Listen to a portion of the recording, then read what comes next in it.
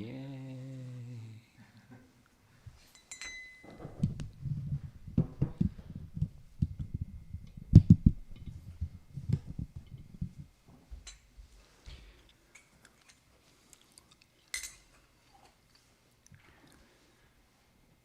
Jaya Radha Madhava Kunjabi Hari Madha Madhava Kunjabi Jaya Radha Madhava Kunjabi Hari Radha Madhava Kunjabi Gopi Jana Vallabha Girivardhari Abha Girivardhari Gopi Jana Vallabha Girivardhari Gopi Jana Vallabha Girivardhari Jasodanandana Brajajana Ranjana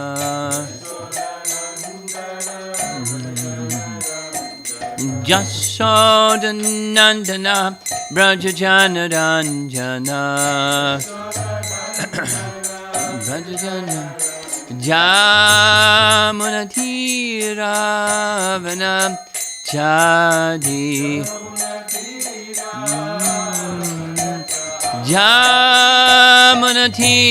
Jamunathiravana Chadi Avanacha Jaya Radha Madhava Kunjabi Hari Jaya Radha Madhava Kunjabi Jaya Radha Madhava Kunjabi Hari Madhava Kunjabi Hari Gopi Jana Vallabha Girivardhari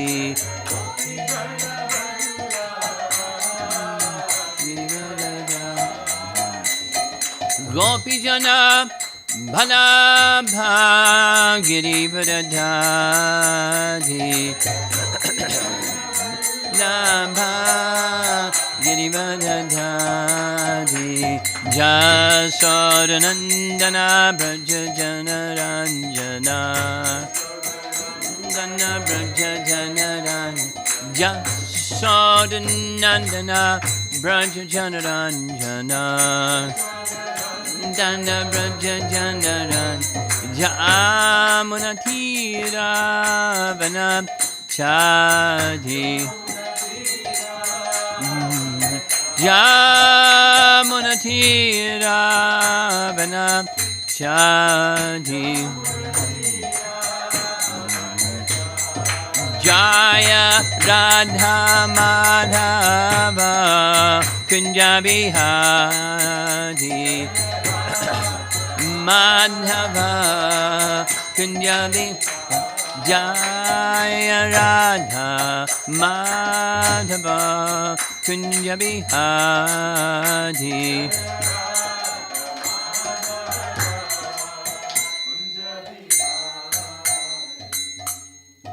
Jayo Vishnupad Paramahansa Hari Vijagacharya Astatara Satasi Srimad His Divine Grace Sri Bhakti Vedanta Swami Srila Prabhupada Ki Ananta Koti Vaishnavrinda Ki Grantaraj Srimad Bhagavatam Ki Gaura Premanandi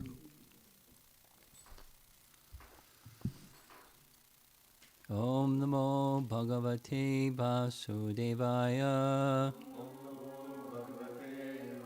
Om Namo Bhagavate Vasudevaya Om Namo Bhagavate Vasudevaya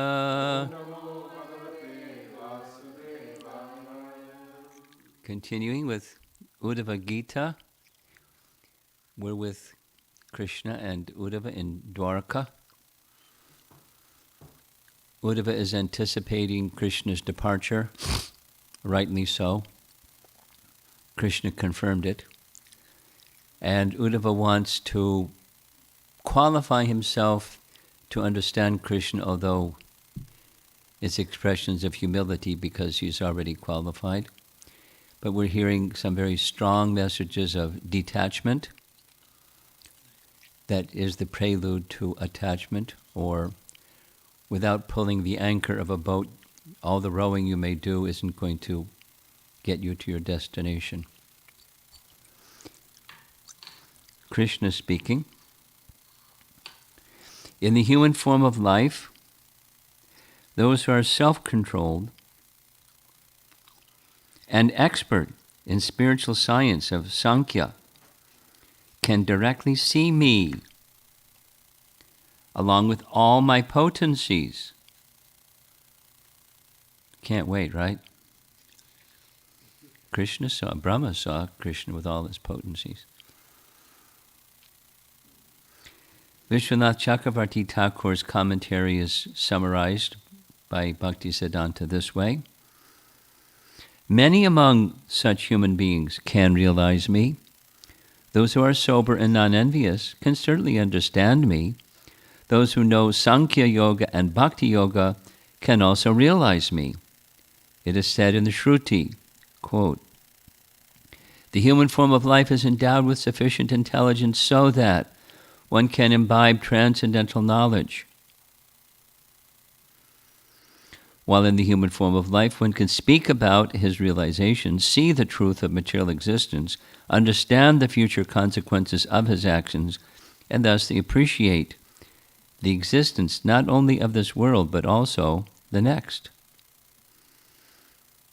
By experiencing the futility of material existence, the soul in the human form can inquire about immortality. This is the purpose of human life, because the human body can enable one to achieve perfection.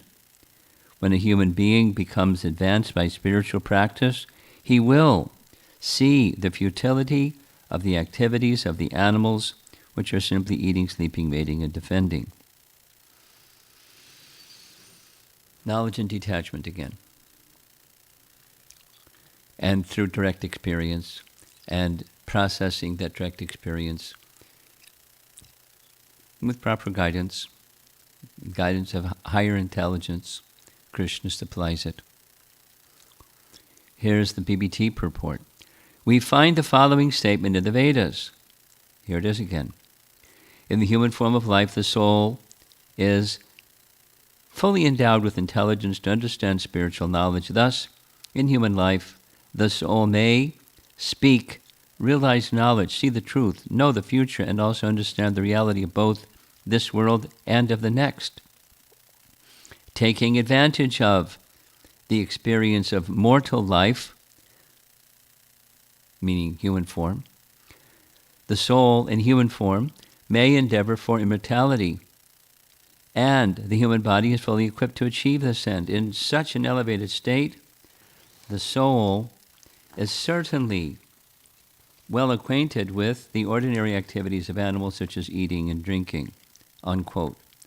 That's a long Shruti quote. Doesn't give the Sanskrit. Paragraph. The human form of life, purushatve,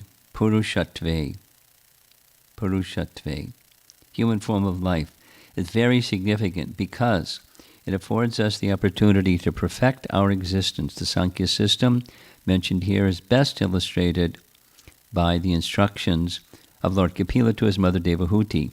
Lord Kapila is the Supreme Personality of Godhead, and his mother approached him saying, quote, "I am very sick of the disturbance caused by my material senses, for because of this sense disturbance, my Lord, I have fallen into the abyss of ignorance." 325.7. Paragraph. Lord Kapila delivered to his mother a highly analytical summary of all material and spiritual reality. It is significant that Lord Kapila did not discriminate against his mother because she was a woman, nor did he, Kapila, consider her incapable of understanding the most elaborate spiritual knowledge. Thus, in a Krishna-conscious society of liberated souls, any man, woman, or child may become a great devotee of Lord Krishna without discrimination.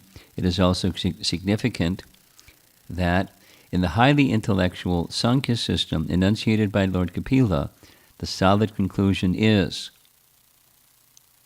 What's the conclusion?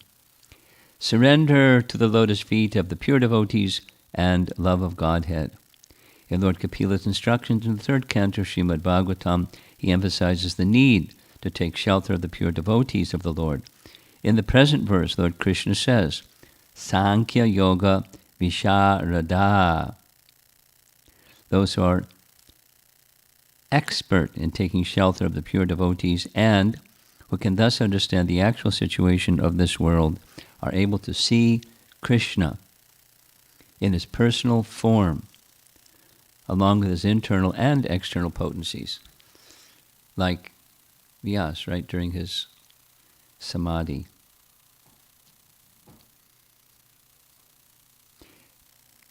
Paragraph. A spiritual master becomes bona fide by his full surrender to his spiritual master, semicolon, but explained in this chapter, one may also act as his own guru. This means that an intelligent and perceptive person can understand the nature of this world and his own limitations. Such a person then becomes very much inclined to associate with the pure devotees of the Lord and receive the mercy of those who are advanced in Krishna consciousness. According to Srila Vishwanath Chakravarti Thakur, Sankhya Yoga, as described here, refers to the rigorous intellectual process of Gyan Yoga system, along with the devotional service of Bhakti Yoga, which emphasizes the mercy of the lotus feet of the pure devotees. So, Gyan mixed with Bhakti. Same. It's still the same theme in this section. For the purpose, to strengthen detachment. The purpose of strengthening detachment is to be able to take unobstructed shelter of the personality of Godhead. Last paragraph.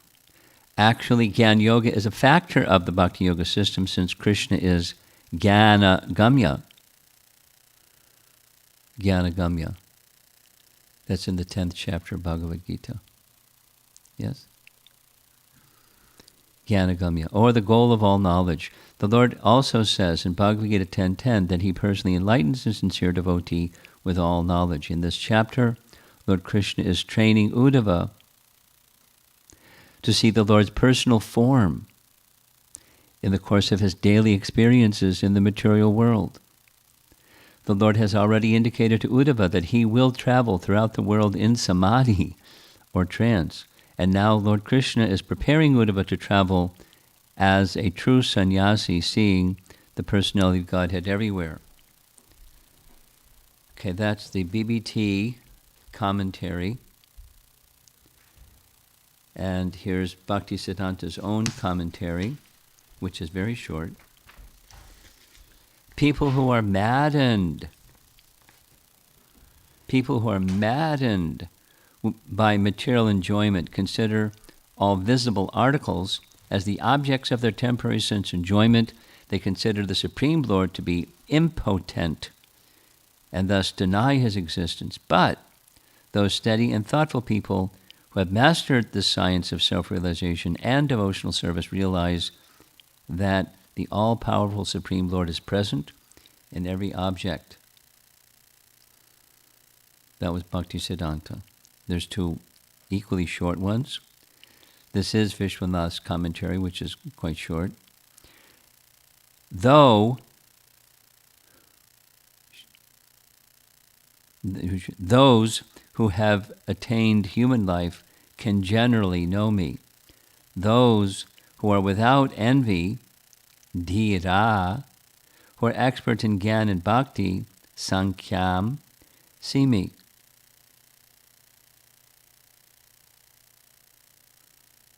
paragraph. Shruti says, now here's this long quote once again. It's from here, it's Aitareya Aranyaka Upanishad. And we've heard it twice. Here it is for the third time. A person develops knowledge of Atma in the human form. Endowed with intelligence, he sees what he has known. He knows the future. He knows heaven and hell, and he desires immortality through his mortal body. In this way, he is endowed. Others, animals, know only eating and drinking. The translation is different, but that's Vishwanath. And finally, for text 21, Krama Sandarbha, Jiva Goswami's Krama Sandarbha, the shortest. In the human form of life, those who have great knowledge and are expert in scriptures can directly see me, endowed with all my energies. Paragraph. Attaining a human form, Purushatve, attaining a human form, persons who have great knowledge of Istaram and are knowledgeable of Scripture, Dhira, see me. So this is Krishna to Uddhava, and let's remember his question. I'm attached, I'm covered. How am I going to be able to do all these things that you instructed me to do? Because I'm attached to duality and enjoying and family and stuff, paraphernalia. I'm attached. And it's not easy to give it up. What to do? I want to know you. So the indication from this verse is the human form of life has the potential, has the capacity, ideally through spiritual master, etc. But fortunately, he's from previous verse, you are very intelligent. You have me as your spiritual master. And so I'm going to empower you. Listen carefully. And so if the Atma has the capacity in this human form of life, where does capacity for the Atma in the human form of life come from? From Super Soul. So the knowledge, when one comes to the stage of full knowledge, what does one do? From Bhagavad Gita, one surrenders. Bahunam janmanam ante. So that jnanavan mam prapadyate.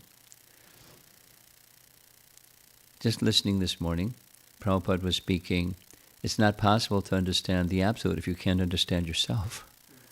You could say it the other way, you can't possibly understand yourself if you can't understand the Absolute, because we're part of the Absolute. But detachment from matter is essential.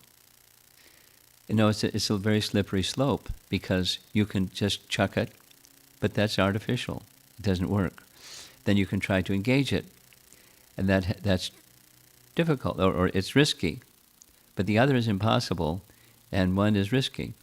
But so while we're engaging the body and the senses and the objects of the senses and so forth, the detachment principle is essential, and the striving for attachment to Krishna is the operative force. So that's what we're hearing in Uddhava Gita, in this Gyan mixed with Bhakti idea. Text 22. Krishna says, in this world there are many kinds of created bodies,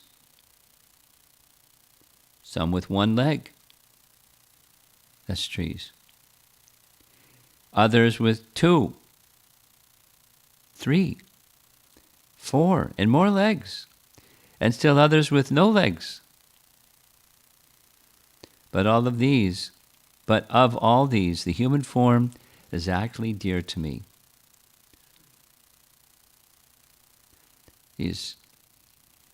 We have facility, we have opportunity. Here's Bhaktisiddhanta's similar translation of the verse itself.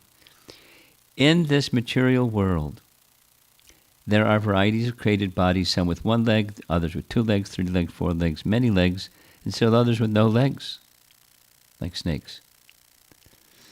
Among all such bodies, the human form is very dear to me because it awards one with the ultimate goal of life. And Bhaktisiddhanta's summary of Vishwanath's commentary is really short. Now the Lord is glorifying the human body by saying one leg, etc. Okay, so this is the BBT purport, really short. The ultimate purpose of material creation is to facilitate the return of the conditioned souls back to Godhead, since this redemption of the conditioned souls is especially possible in the human form of life. Naturally, this form is particularly dear to the compassionate personality of Godhead. I think that's one of the shortest purports. And here's Bhaktisiddhanta's own purport, 3 sentences. According to their karma, the conditioned souls receive different types of bodies. Paragraph. Because they are materially conditioned, they accept their material body to be their self. And final paragraph. Among all such bodies, the human form is dear to the Supreme Lord because only in the human form is one capable of achieving the ultimate goal of life. Okay, so that's 21-22. Human form is special. Don't take it for granted. Don't let it become a facility for sense enjoyment. Take it in the proper way. Text 23, and this is the final verse for this morning. Krishna speaking, although I, the Supreme Lord, can never be captured by ordinary sense perception, those situated in human life use their intelligence and other faculties of perception to directly search for me through both apparent and indirectly ascertained symptoms. Indirectly ascertained symptoms.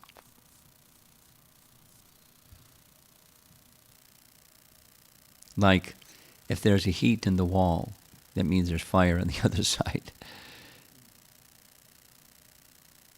And you let it go, and you're going to get fire coming out of the wall. So because where there's heat, there's fire. So you know a thing by its symptoms. So intelligent people are searching for the personality of Godhead through symptoms before they can actually see His presence. Vishwanath's commentary is summarized by Bhaktisiddhanta this way. The living entities who have received human forms can directly search for me, the Supreme Controller of all. The devotees worship me by the process of devotional service, beginning with hearing and chanting. I have already stated that I am known only through devotional service.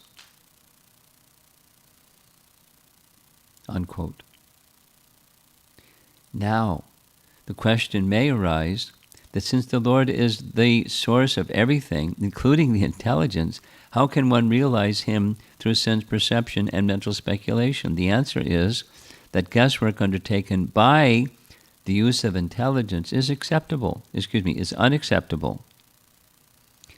By such guesswork, the independent living entity tries to reach a conclusion, but the independent supersoul is not fully realized by such a process. The Supreme Lord Krishna is beyond the reach of dry arguments. His forms, qualities, pastimes, and opulence are all inconceivable, therefore He is not realized through indirect sense perception. Now here's, I'm sure it's going to be a long one.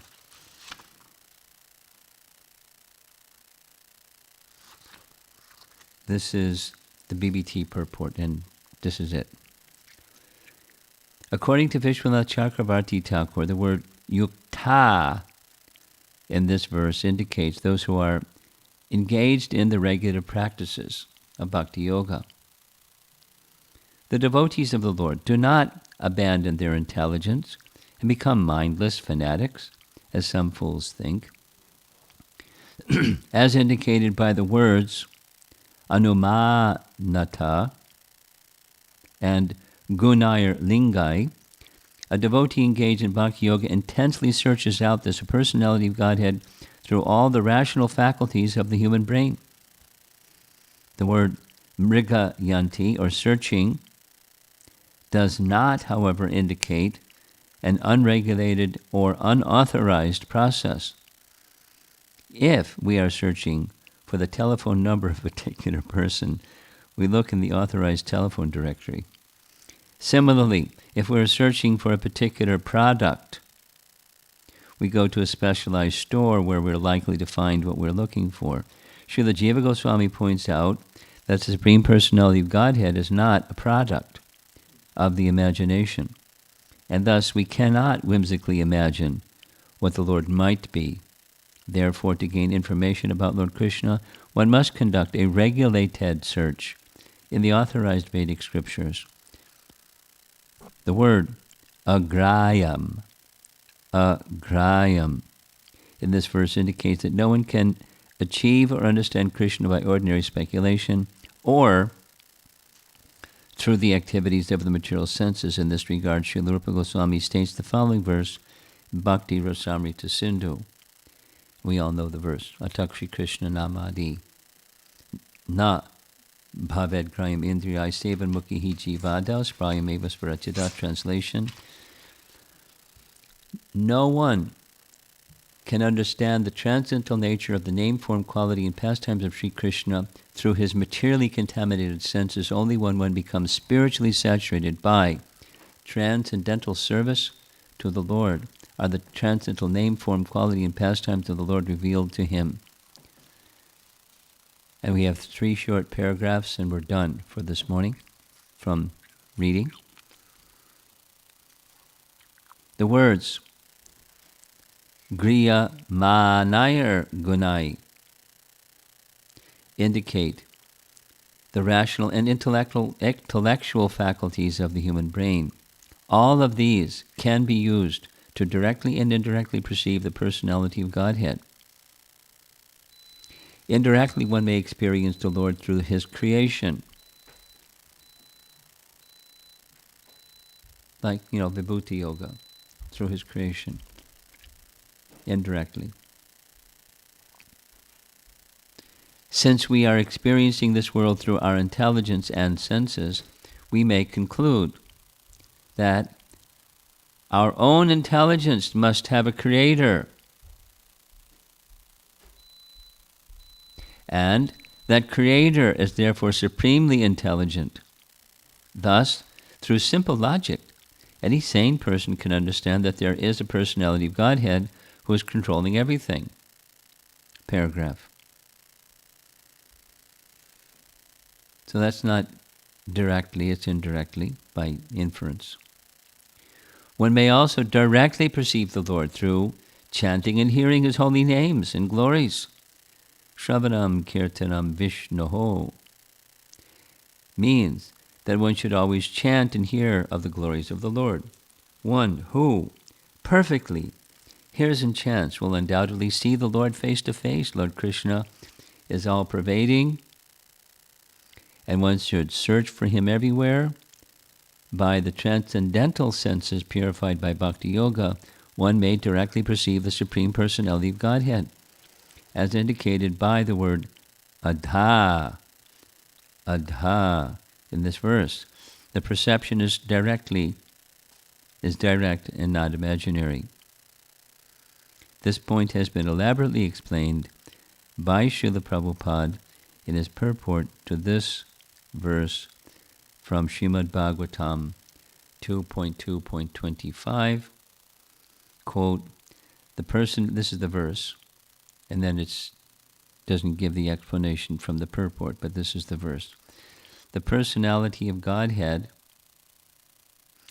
Lord Sri Krishna, is in every living being, although with the individual soul, and this fact is perceived and hypothesized in our acts of seeing and taking help from the intelligence. You know that verse, the purport is very involved, and how one can understand, at least, the presence of the Supersoul by taking help of the intelligence. And there's steps and sequences, and very interesting. Now, there's more to this verse 23, so we're going to continue 23 and 24, 25 tomorrow. But that's as far as we're going this morning, just because of time.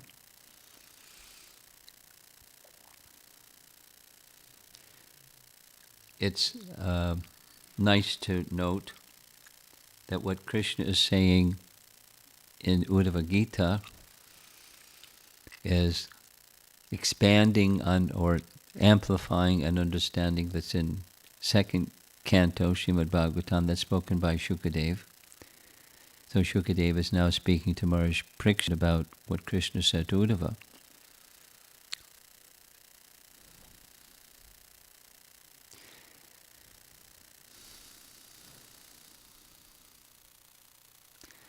Shukadev Goswami heard the entire Srimad Bhagavatam from his father. It's a little detail.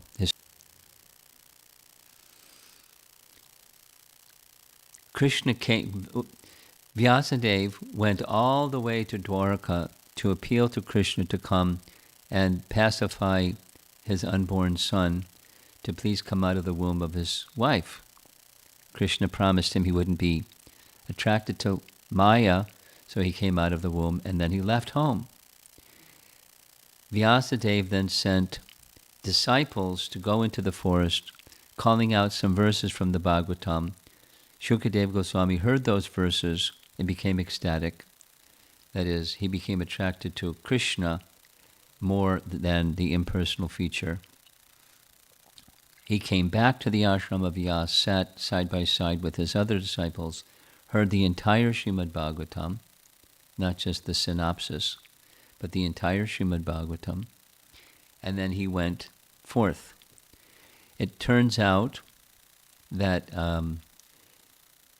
even before Shukadeva Goswami spoke Srimad Bhagavatam to Maharaj Parikshit, we find in the first canto that he was present in a number of places. One of them was at the time of Bhishma Dev's passing, which was before the speaking of Bhagavatam to Maharaj Parikshit.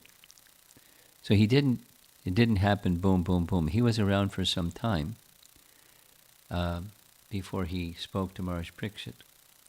And so he has assimilated this message, which he summarized in the first 3 chapters of Canto 2, and so forth, when speaking to Maharaj Parikshit. But here we are way over in the 11th canto, and he is explaining what Krishna said to Uddhava, and what Uddhava asked of Krishna. And, the messages, there's symmetry in those messages. So when he's speaking to Maharaj Parikshit in Canto 2, it's a summary of what he already knew. So it's natural. And speaking something more than one time, this is Prabhupada saying, sometimes speaking something in multiple times, in multiple ways, is necessary for a clear understanding. There's other reasons besides we might get a wrong understanding, that is, we have our conditioned filters up. We may not hear properly. So it's good to hear again and again so we can clear away the conditioning filters. And also because there's attachment. And when you're attached, you may go, yes, yes, and then you continue your attachment because there's attachment. So continued hearing is sometimes necessary. So one can let go of the attachment conception and take the unattached conception. Repeated hearing is sometimes useful. And so we find it when speakers speak or the Bhagavatam is written. And it's also nice to see this is spoken here in this way, something quite similar that has some similar elements but is slightly different over there, and get the big picture. It's not quite like, a child's puzzle, and there's all these puzzle pieces, and how do you fit all the puzzle pieces together? In the beginning, it seems like, subjectively, it seems like, how does this fit together with that? It's a little bit like seeing how puzzle pieces fit together, but it really helps to have a big picture what the puzzle looks like when it's finished. By going through the exercise of hearing Srimad Bhagavatam and hearing this understanding, that understanding, another understanding, it helps to get the big picture, but it also helps to hear from somebody who has the big picture. And then when this is spoken, this is connected to that and is part of the big picture. And so repeatedly we're hearing the big picture. Take shelter of the personality of Godhead. So what's the role of detachment? Or what's the role of whatever it is that we're hearing about from the Bhagavatam? What's the role of, because in some of the earlier sections, anyway, there are so many topics. The universal form, what does that have to do with anything? It's too difficult to understand. But it's right there in the beginning of Sukadeva Goswami's speaking, Canto 2, Chapter 1. So anyway, what's the purpose of all the different pieces of the puzzle? It's to get us to the big picture. Take shelter of the personality of Godhead. Okay, you just say that, that's good. But we don't do it. It's 1, 2, 3 simple, but we don't do 1, 2, 3. So the puzzle pieces are there to help us get the big picture, so we can get the essence, take shelter of Krishna. And when that shelter of Krishna comes, then these truths become revealed anyways. The Sankhya system, very intricate. Read chapter 26 of Canto 3. It's really intricate. But that's the world we live in. And Krishna is the source, and he unfolds it in a very scientific, very practical, sensible way, rather than saying simply, God said, let there be, and so it was, and it was good. That's Genesis of the Bible. So a scientist is going to go, God said, let there be light, and so there was, and it was good. So how does light come? Then Sankhya tells us. And how does light connect with this and that, the other thing? That's the big puzzle. And it's not necessary that you understand everything about each of the puzzle pieces, but it's there for a comprehensive picture of Krishna is the source of everything. Krishna is the source of everything.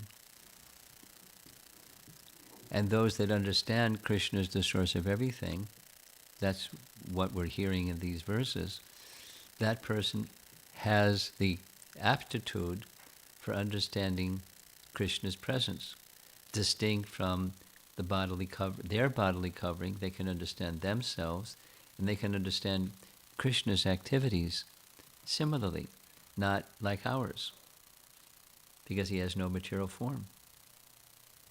And therefore his activities are not material. Everything, creation and the spiritual activities, everything of this world and everything of the spiritual world. But how are we going to get rid of that tar that's stuck to our hand? Well, rub your other hand together and you get the other hand covered with tar. How are you going to get rid of it? The cleansing process of sound vibration that this human form of life has. Therefore this verse, Atakshi Krishna Namadi Nabhaved Grayam Indriyai Sevanmukhi Jiva Dao. Very good verse. Swayamevas Paratyada. That's the process. Sevanmukhi Jiva Dao. Swayamevas Paratyada. Okay, so we're halfway through text 23, and we've covered 21 and 22. Let's see if there's some discussion. 10 after the hour. We have some question back here. Do we have a microphone?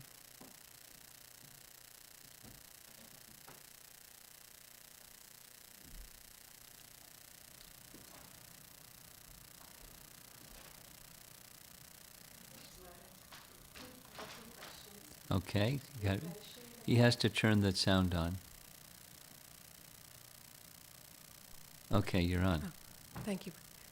You mentioned about Sukadev Goswami being, when Bhishma Dev was leaving. How was it possible? Shukadev Goswami being what? Being present when Bhishma Dev was being, like, when Bhishma Dev was... It's in the Bhagavatam, Canto 1. Okay. So... Why not? Is there a problem with that? I'm trying to understand... He's a little older. He wasn't just 16 anymore. Oh. He looked like he looked like, but he was older. Commentary of our acharyas explained that. He was there. And then later he speaks the Bhagavatam to Maharaj Parikshit, which happened after that. So he looked like 16, but he wasn't 16.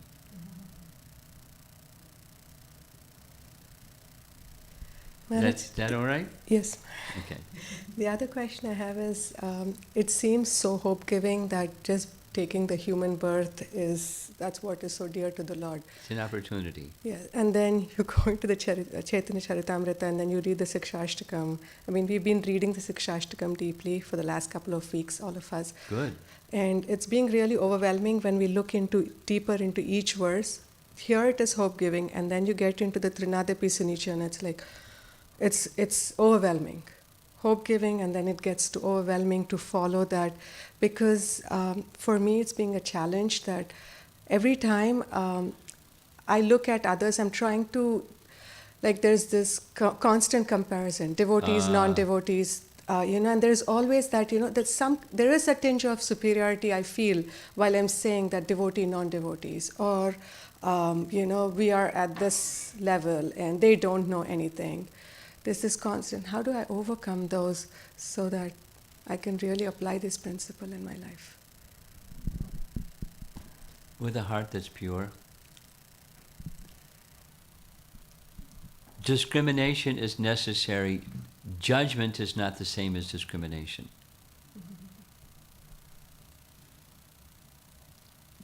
Discrimination means to discern one thing from another thing. Anamoya, that's a child sees everything that goes into the mouth. And then there's things that go into the mouth and things that don't go into the mouth. So there's stages of consciousness. So the us and them consciousness, it was covered in the earlier section of this Uddhava Gita already. Good and bad, Krishna speaking, don't go into that. There's nivriti and pravriti, things not to be done, things to be done. That has its function.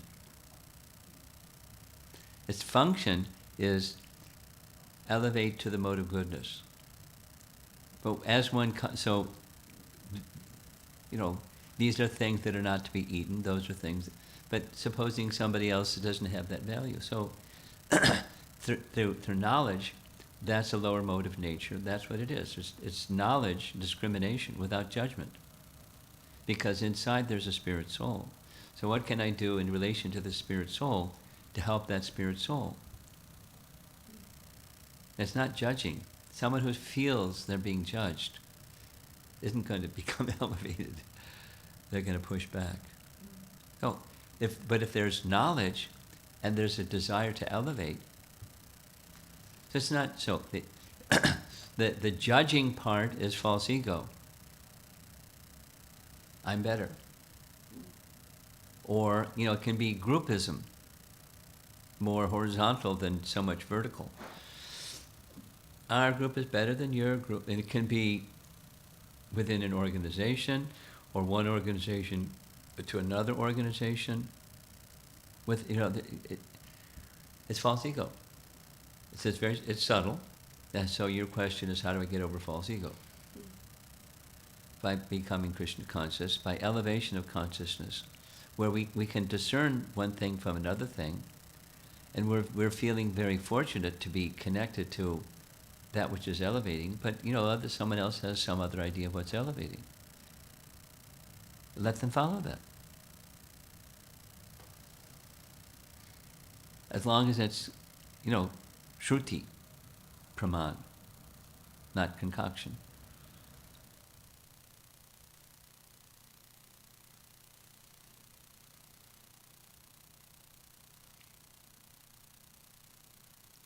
It's to be more accepting. It's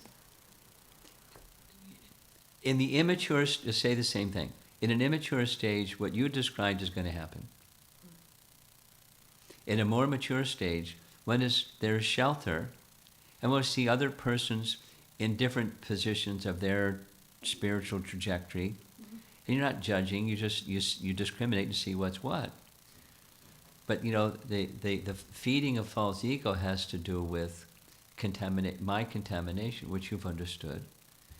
So don't, we need to discriminate without judging, because the judging is, what's our qualification to judge? Does Krishna judge? Krishna discriminates. Does Krishna judge? Now, we're hearing Krishna saying in this verse, the human form of life is very dear to me. Now, what about other living entities? Are they not dear to him? They're dear to him. But there's those that are especially dear to him.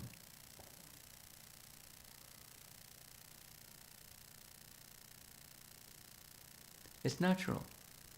It's the same question of, samaham sarvabhuteshu na me dveshosti, he's equal to everyone.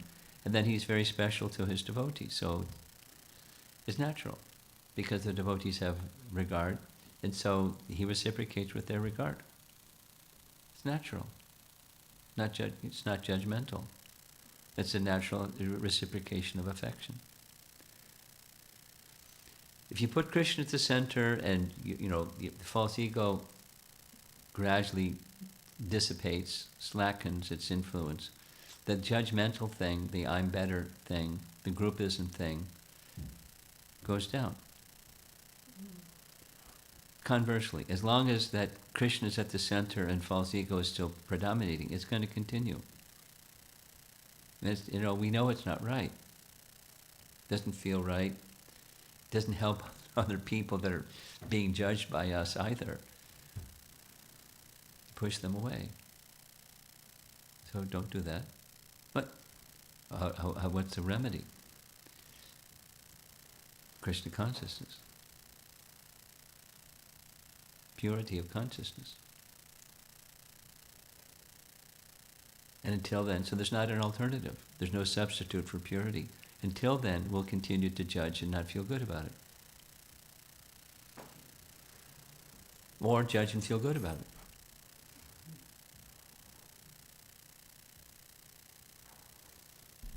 Thank you, Maharaj. I just wanted to make another comment. I really appreciate you taking... Speak a little louder. I really appreciate you doing this session on the Uddhava Gita. It revived some of the memories that I had with Maharaj before he left the planet. He actually did a seminar in D-Land, Orlando, so it really helped me revive. So I'm really, really grateful for this. Thank you so much. Mercy. Anyone else in the room? Okay. Well, we have something over here.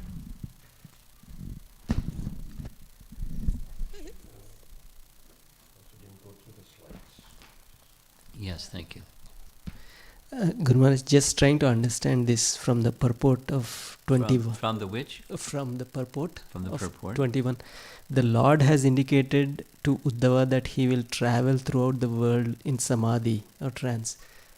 Is it indicating that Lord Krishna will travel, or no? His devotee. So Uddhava.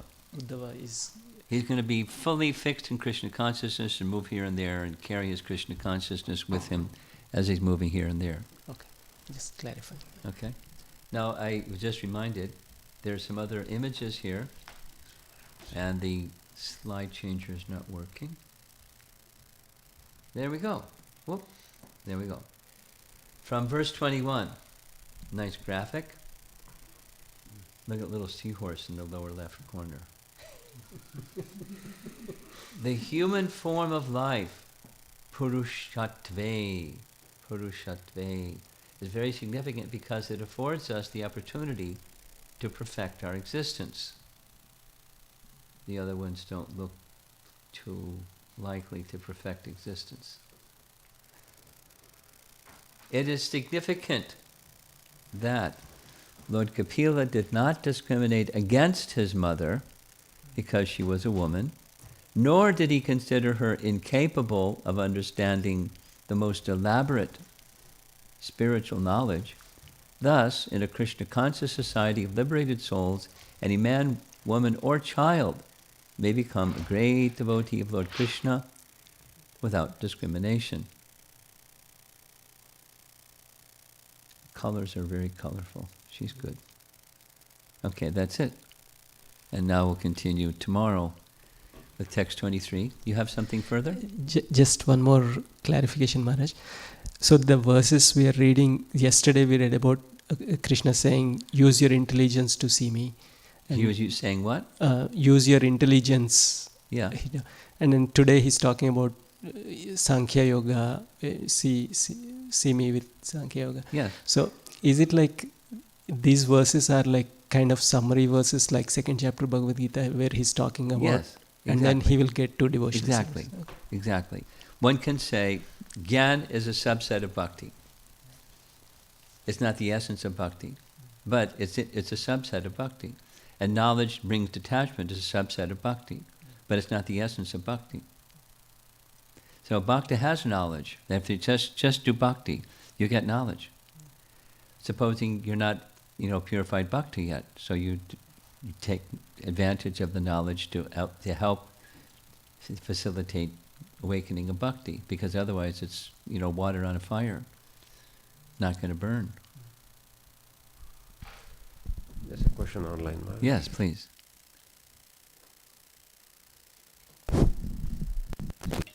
Snehvali Devidasi. It is clear that human form of life has superior intelligence than animals. Isn't it wrong to say that realization of the Supreme can only be achieved in human form of life?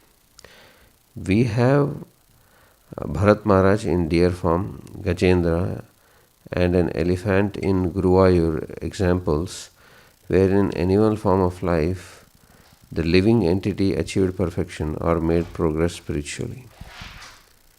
Yes, intelligence in the human form of life is superior. Yes, the examples of Gajendra and the Bharat Maharaj as a deer are there, and they're highly exceptional, and that's not the standard. So what is being referred to as the standard. And with standard, there's some exception, yes. That's it? Yes, Maharaj. That's it. Okay. Srila Prabhupada ki jai.